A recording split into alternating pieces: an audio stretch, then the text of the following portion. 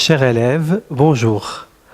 Aujourd'hui, nous allons vous présenter une révision sommaire du cours de l'économie générale et statistique à destiner aux élèves de deuxième année baccalauréat, sciences éco et sciences de gestion comptable. Notre révision et consolidation des acquis portera sur les points suivants. Premièrement, nous allons parler et discuter et revoir le circuit économique, les mécanismes de la production et de la répartition. En troisième point, nous allons discuter la consommation, ses types, ses formes, etc. Et en quatrième point, l'épargne. Et en dernier point, l'investissement. Alors, il est à rappeler que cette révision, il va s'étaler sur 3 capsules, c'est-à-dire la première capsule, elle va être réservée pour le circuit économique, la deuxième capsule pour les mécanismes de la production et de la répartition, et la troisième capsule, elle va être réservée pour la consommation, l'épargne et l'investissement. Alors commençons par le circuit économique. Avant de discuter c'est quoi un circuit économique, il va falloir discuter c'est quoi un agent économique tout d'abord. Parce que le circuit économique, il met en relation les agents économiques dans une économie. Quand vous avez pu, bien sûr, savoir en première année, un agent économique, c'est un individu ou groupe d'individus qui se livrent à une activité économique, une activité de consommation, pour le ménage par exemple, une activité de production, comme les entreprises, etc. Donc, chaque agent économique ou bien acteur économique, il va participer de façon spécialisée à l'activité économique, comme produire, comme consommer, comme donner des crédits par exemple. Et pour pouvoir financer son train-train de vie et son quotidien, il va nécessairement devoir avoir un revenu. Par exemple, un agent économique comme étant le ménage doit avoir un revenu pour pouvoir faire ses dépenses de consommation, pour pouvoir éventuellement acheter un lot de terrain, etc. Et cet agent économique-là, il constitue un centre de décision économique. Un centre de décision, ça veut dire que la décision de consommer, là, on va mettre les ménages. La décision de produire un produit qui est marchand, là, on va mettre les entreprises. Un produit financier, là, on va mettre les sociétés financières et j'en passe. Donc, ce qu'il faut retenir, c'est qu'un agent économique, c'est un individu ou groupe d'individus. La comptabilité nationale a essayé de distinguer 5 agents économiques. Ça, vous l'avez vu en première année. Les ménages, les sociétés non financières, les sociétés financières, les administrations publiques et finalement le reste du monde. Donc, ce quadrillage, bien sûr, terminologique fixé par la comptabilité nationale va permettre justement de clarifier la fonction de chaque agent économique. Par exemple, les ménages, ils vont se livrer à l'activité de consommation.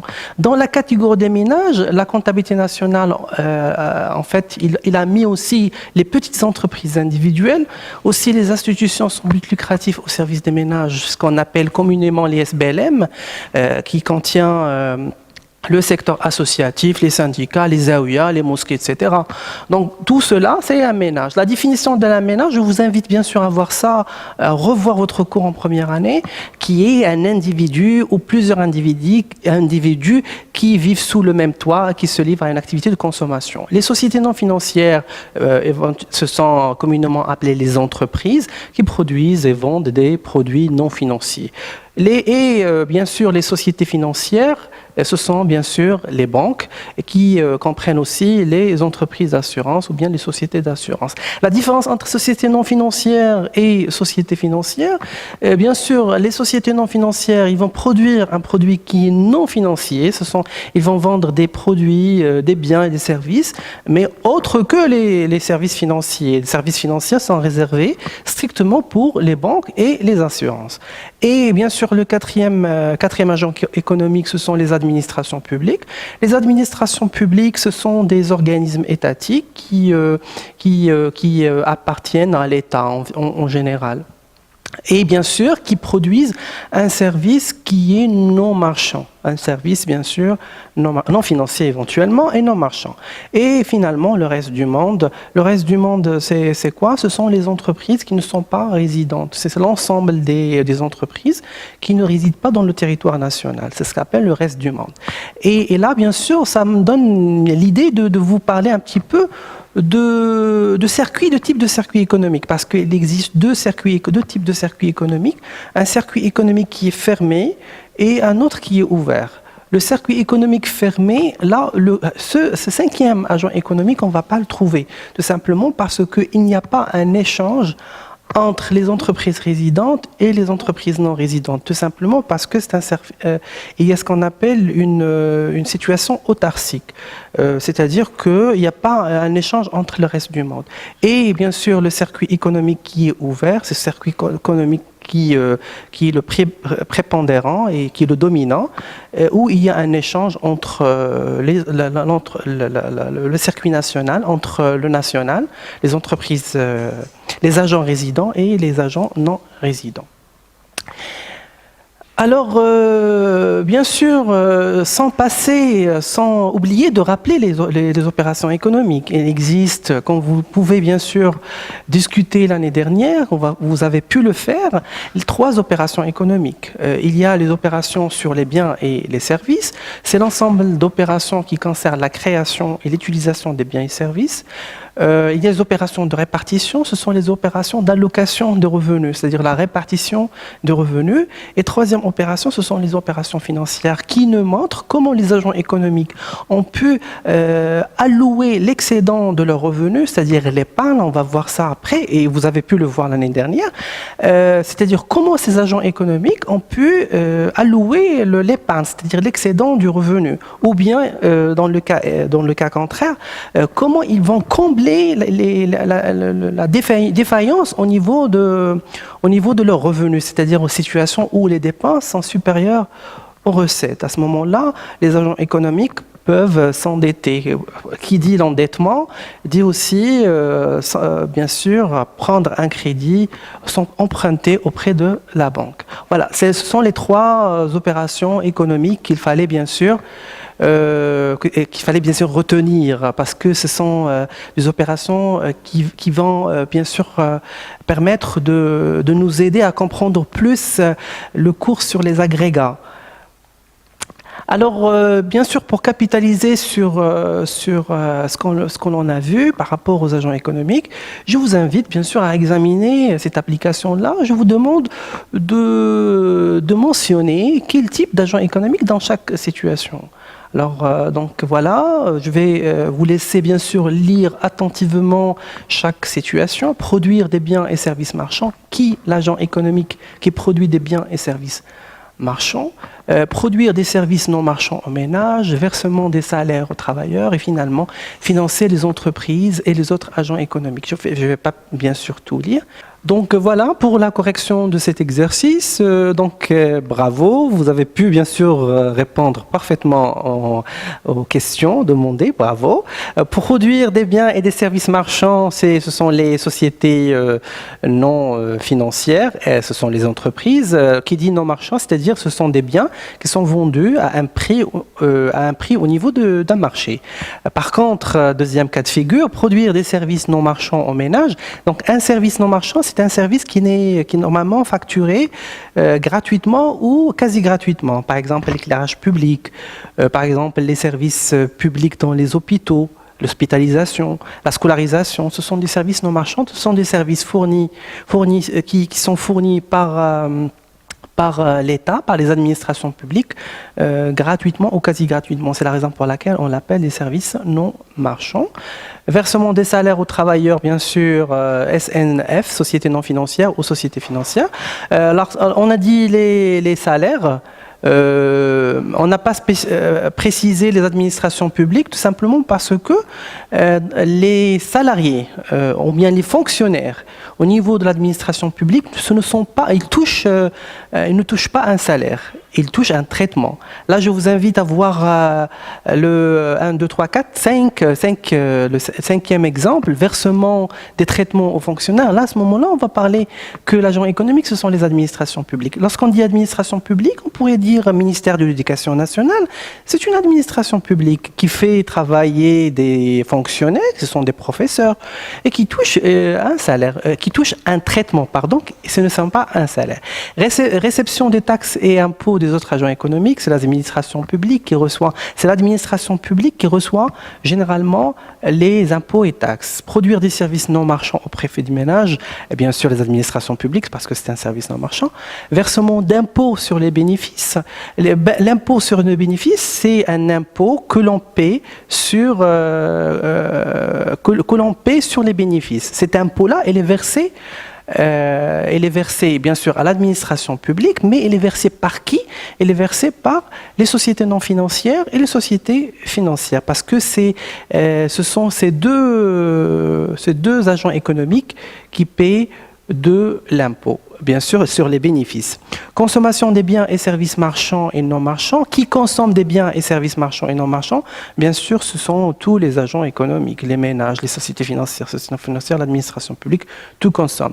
Et financer les entreprises et les autres agents économiques, bien sûr, qui financent l'économie en général, ce sont les sociétés financières, comme on l'a dit tout à l'heure, ce sont les banques, particulièrement et notamment les banques.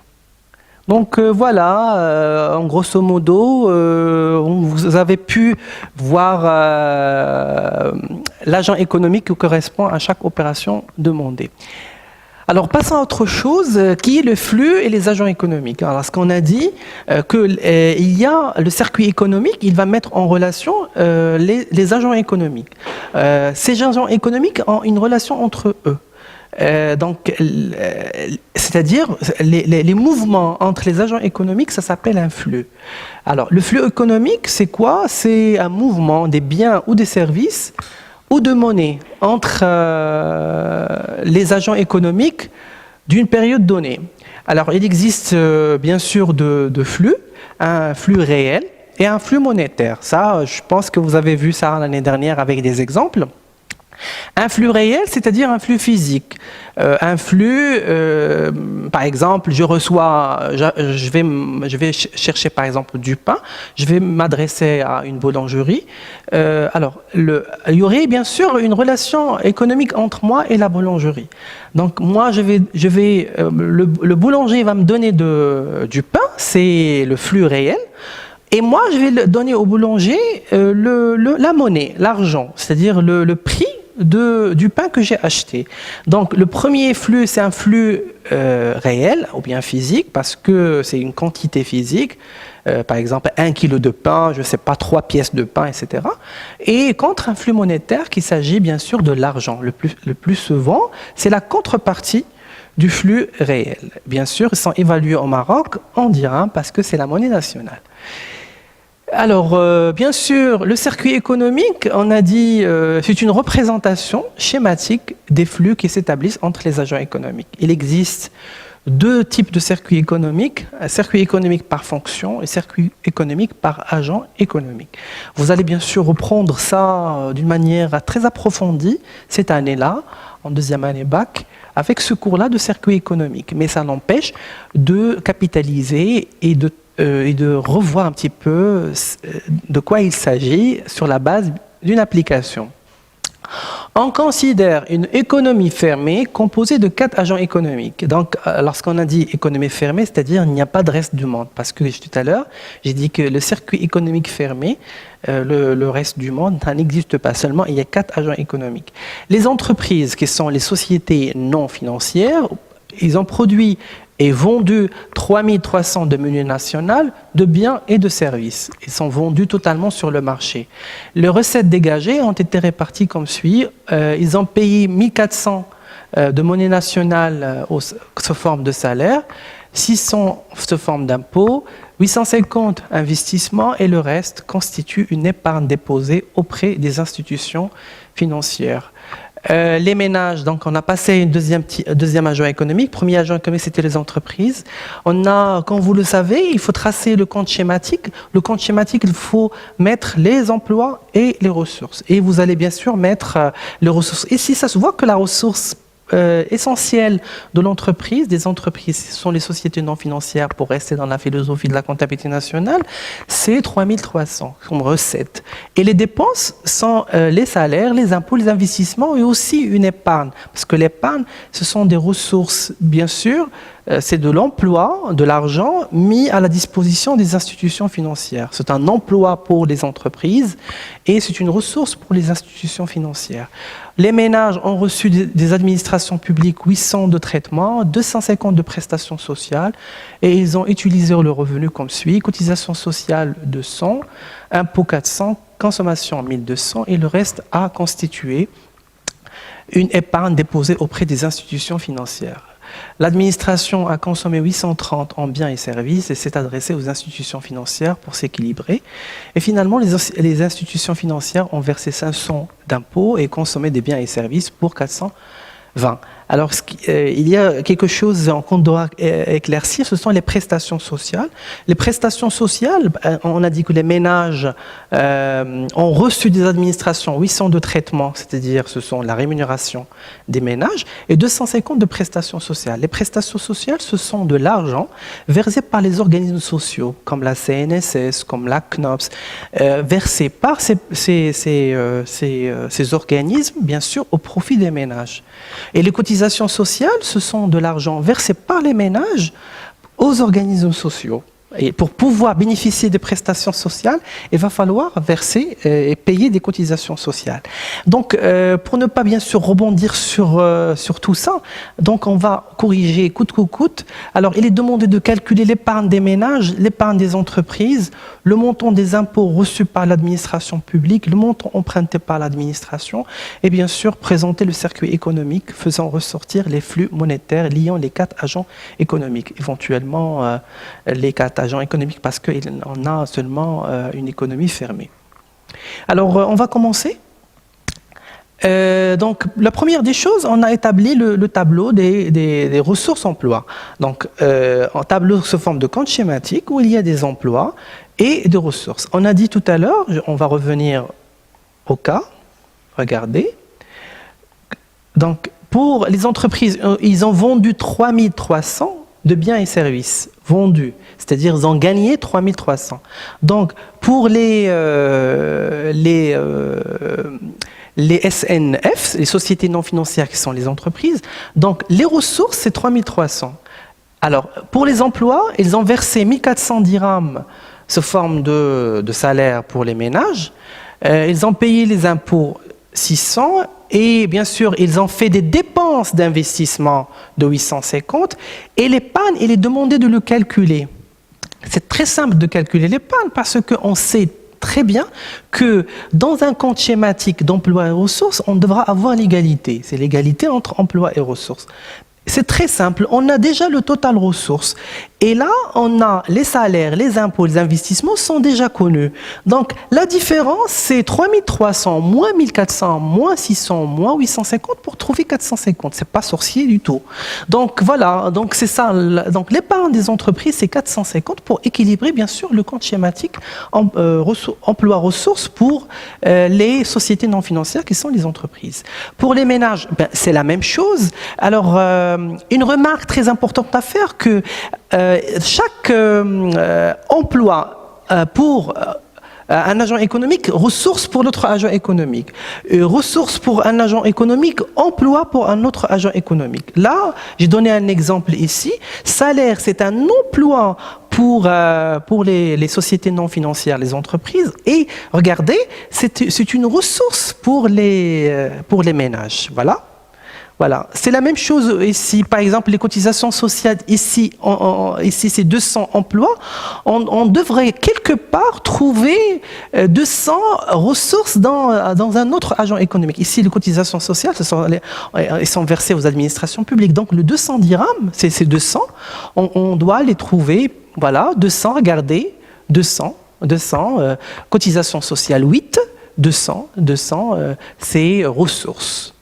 Voilà, c'est la même chose ici. Pour calculer, bien sûr, l'épargne des ménages, c'est très simple. On a déjà le total des ressources, elle est déjà connue. 800 plus 250, 1400, ça donne 2450.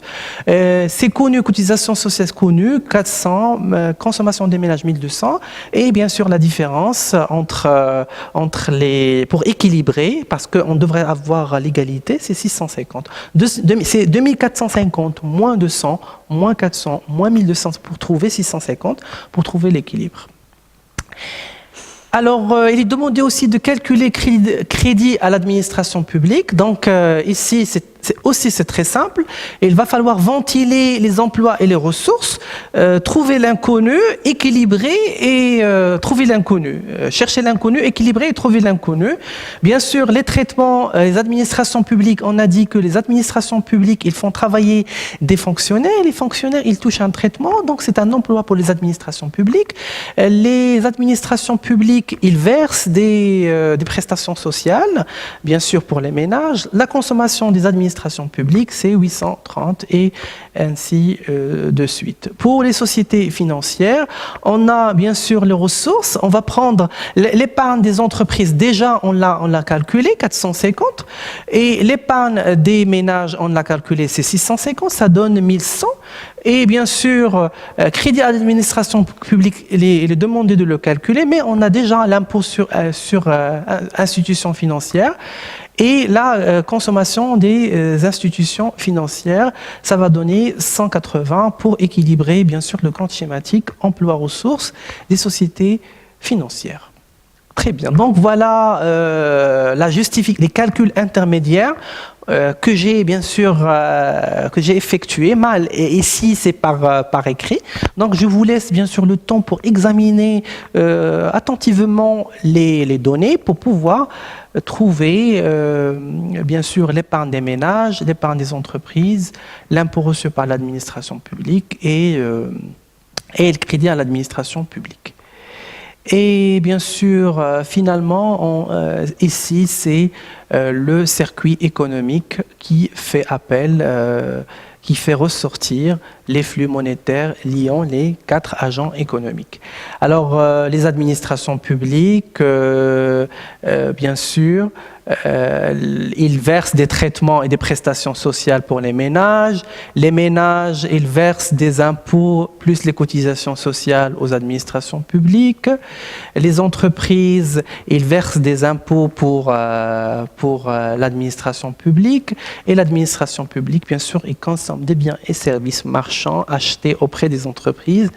Et bien sûr, les ménages, ils déposent de l'argent sous forme d'épargne au niveau des institutions financières. Donc voilà, les entreprises, elles déposent de l'argent au niveau des institutions financières sous forme d'épargne de 450. Les institutions financières, elles consomment des biens et services produits qui sont produits par les entreprises et ainsi de suite. Donc le schéma il est très très simple. Il va falloir bien sûr s'appliquer et revoir bien sûr doucement et attentivement le cas pratique demandé. Alors ainsi prend fin cette présentation. J'espère que les notions clés sont claires, la notion d'agent économique, la notion de type d'agent économique, la notion de circuit économique, la notion de flux économique et bien sûr les calculs qu'on pourrait faire sur la base de des agents économiques en termes bien sûr des emplois et de ressources. Éventuellement, on pourrait vous demander de tracer le circuit économique pour mettre bien sûr au clair les relations qui existent entre l'ensemble des agents économiques qui forment une économie. Ainsi prend fin notre présentation. Chers élèves, je vous donne rendez-vous Dans une prochaine capsule, là, on va discuter les mécanismes de la production et de la répartition. Merci beaucoup.